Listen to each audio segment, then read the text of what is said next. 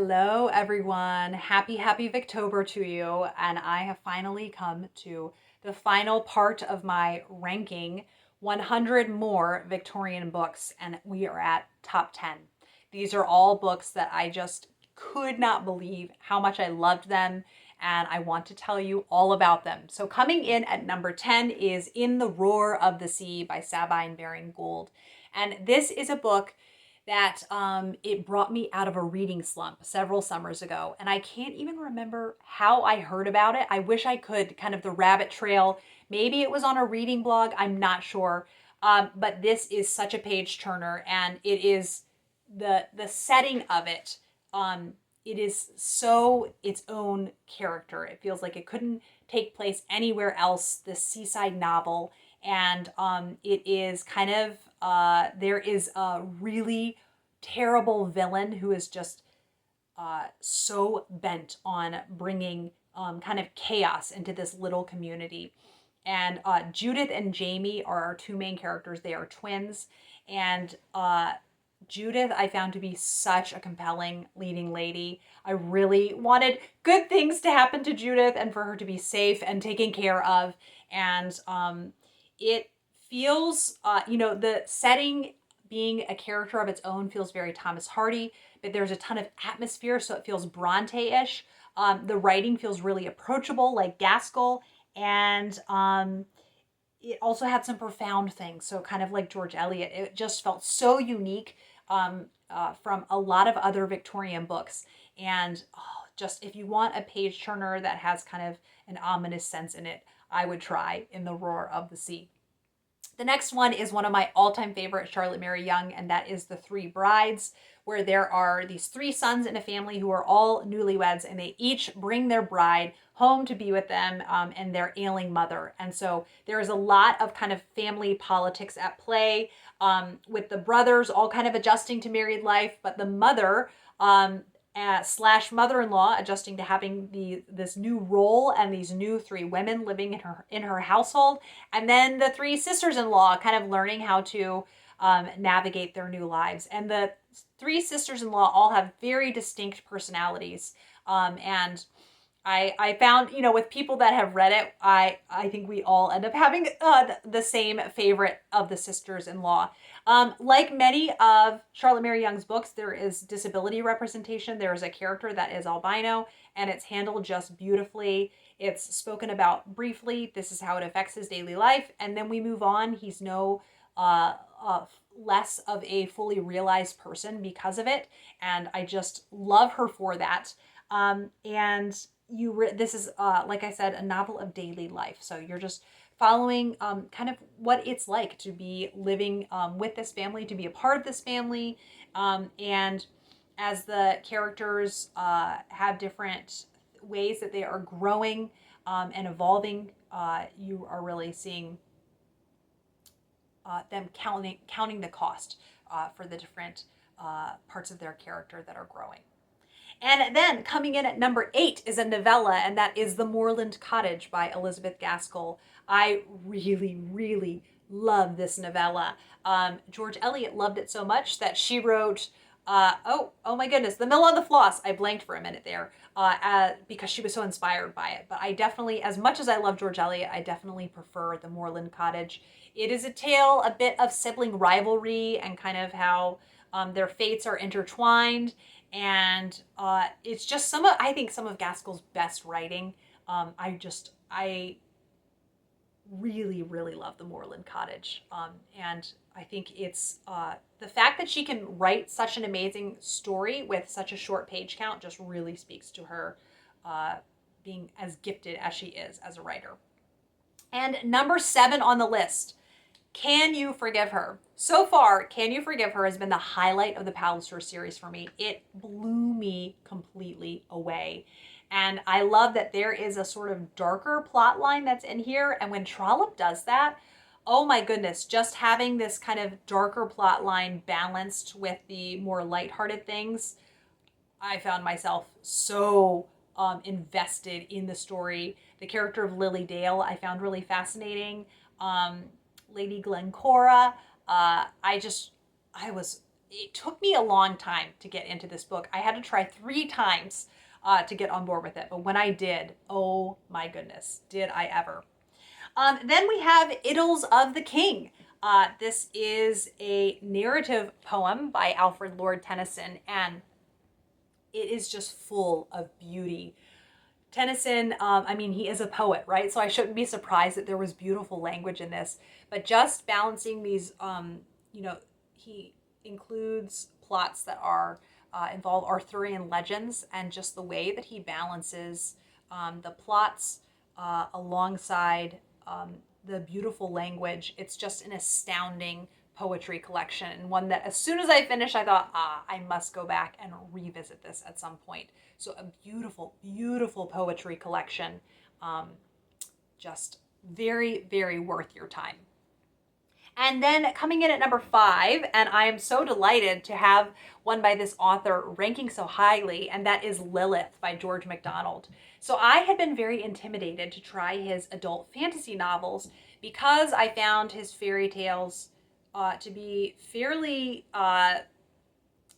just impenetrable. I had a hard time kind of making heads or tails of many of them, with the one exception being the Light Princess. But with Lilith, I was so glad I was encouraged by a friend like, no, you don't need to feel intimidated by his adult fantasy.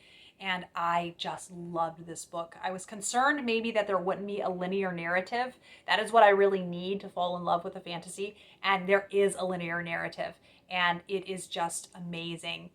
This story where it starts off, he's in a library. You can tell very much that the portal fantasy element of Narnia is inspired by this. And then all of a sudden he is in this magical land, and Lilith is the villainess of the story. And there are some gruesome things that she does. She really is definitely a villain. And his language is so beautiful. It feels very otherworldly, this story. And it's just a wonderful, wonderful time being off in his writing. And then number 4 on the list, another Charlotte Mary Yonge, and that is Dynevor Terrace. This one really stands out. It's a bit more plot heavy than some of her other stories of family life. So you do have that kind of slice of life feel, and I love that it has a smaller cast of characters. So I think this could be a really good Charlotte Mary Yonge to start with. I think a lot of times it can feel really overwhelming, the sheer volume of characters that you are meeting at the beginning. But with Dynevor Terrace, she really is just telling you the story of a family, but then she has some big things that are going to happen. Our main female character, she grew up in Peru, not in England. And so in the beginning of the story, she comes to live with her cousin in Peru. Move from Peru and live with her cousin in England. And their relationship, I found myself to just really enjoy the portions where you're seeing that. There's also some things to do with the French Revolution that makes it just an even more engaging read, and there are some real twists and turns in it. It was just such a fabulous read. So it's ranked so highly because I loved it so much. Okay, number 3, a nonfiction for you, and that is Parables of the Cross by Lilias Trotter. I read this for the first time last October, and it completely blew me away. It's one I think I want to revisit every kind of Lent. I think would be a good time. And Lilias Trotter really talks about suffering a lot in this, and she makes a lot of parallels with nature. She was a missionary for some of her adult life, but she did eventually have to return home because of different problems with her health. So that is something that just is really meaningful to me, to read the different kind of spiritual allusions that she makes to do with suffering, and finds lots of illustrations in nature. And then she also was a painter, so it includes her paintings in this book. And yes, it's a beautiful, beautiful, one of the most profound books I have ever read. And I cannot recommend Parables of the Cross enough.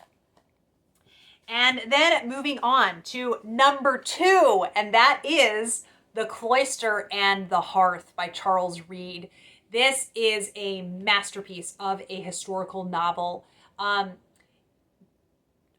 Charles Reade was inspired by the story that he heard about Erasmus's parents. So Erasmus's father was a Catholic priest. So already that's very interesting. Kind of how did that come to be? But I don't know how much of their actual life he takes. He just kind of was inspired by that and then wrote his own story. By the end of it, I was like inconsolable, just weeping as I'm reading this story. And it is just a remarkable book. I did really take my time with it. It is quite challenging. And I almost DNF'd a few times and I thought, you know what, I'm just going to take a break and I'll come back to it later on. And now I'm so glad I did, because here it is. It is number 2 out of 100. It was just an amazing, amazing book to read. Okay, then the number 1 spot out of these 100 Victorian books, and it goes to a Charlotte Mary Yonge book, and that is The Young Stepmother. This was the very first Charlotte Mary Yonge book I read this year, and it was the best note to start the year out on. I just adored this book from start to finish. I kept waiting for, oh, I'm not quite as interested now. No, I loved it. I thought the ending was beautiful. I know one friend read it and she felt it was kind of anticlimactic, but from my perspective, it just felt like this beautiful exhale after everything that had happened within the story. So Albinia is our main character, and I think she might be my favorite Charlotte Mary Yonge character. That's part of why I loved this so much. And she marries a man who is a widower, and he has several children. And so she, in one day, becomes a wife and a mother, a stepmother. And then also eventually she has children of her own. So then they become this blended family. I found these characters to be I so wanted the best for each and every one of them. Like most Charlotte Mary Yonge books, there's going to be some heartbreak. She is not afraid to kill off a character or two. And you just have to be prepared for that going into this. It was so lovely. I can't say enough good things about The Young Stepmother. It is my favorite of all these, 100 books, and it's tied, I think, with The Heir of Redcliffe as my favorite Charlotte Mary Yonge book. So it was so good. Oh, please, if you have not tried Charlotte Mary Yonge, this could be a good one. Although Dynevor Terrace is maybe a bit more user-friendly if you're new to reading her books. I loved it to pieces. It was so very good, and such a lovely note to kind of start out the year on. So that is the one end of this series, the 100 books, ranking them. I hope that you enjoyed this. This was quite a a feat to get through 100 more, but now it's so cool to have books out of there to genuinely recommend to people, and it is so fun just to explore the sheer depths of Victorian literature, and I don't feel any farther from finishing. I don't feel any less interested in Victorian literature and exploring more after this. Thanks so much for sticking with me and leaving comments, and I hope that you enjoyed getting to see what the top 10 were, and I will be back with another video soon. Bye!